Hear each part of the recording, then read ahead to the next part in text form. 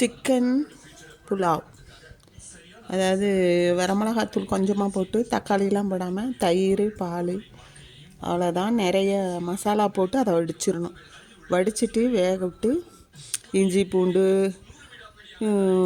நிறைய பூண்டு நறுக்கணுதும் போட்டு சிக்கனை தனியாக சால்டேட் பண்ணி எடுத்துக்கணும். சிக்கன் வெந்த தண்ணியில் தான் புலாவ் பண்ணணும்.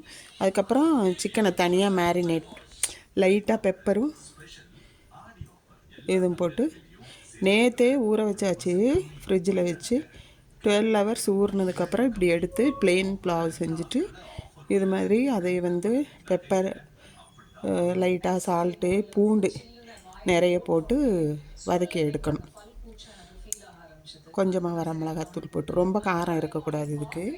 பாருங்கள், பாஸ்மதி ரைஸ் தான் சூப்பராக இருக்கும்.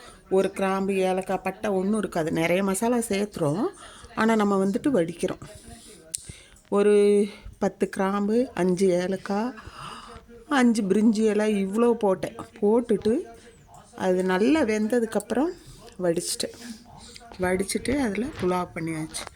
சிக்கன் வெந்த தண்ணியில் புலாவ் பண்ணுறது இது ஒரு மெத்தட் ஆஃப் பிரியாணி தான். சூப்பராக இருக்கும்.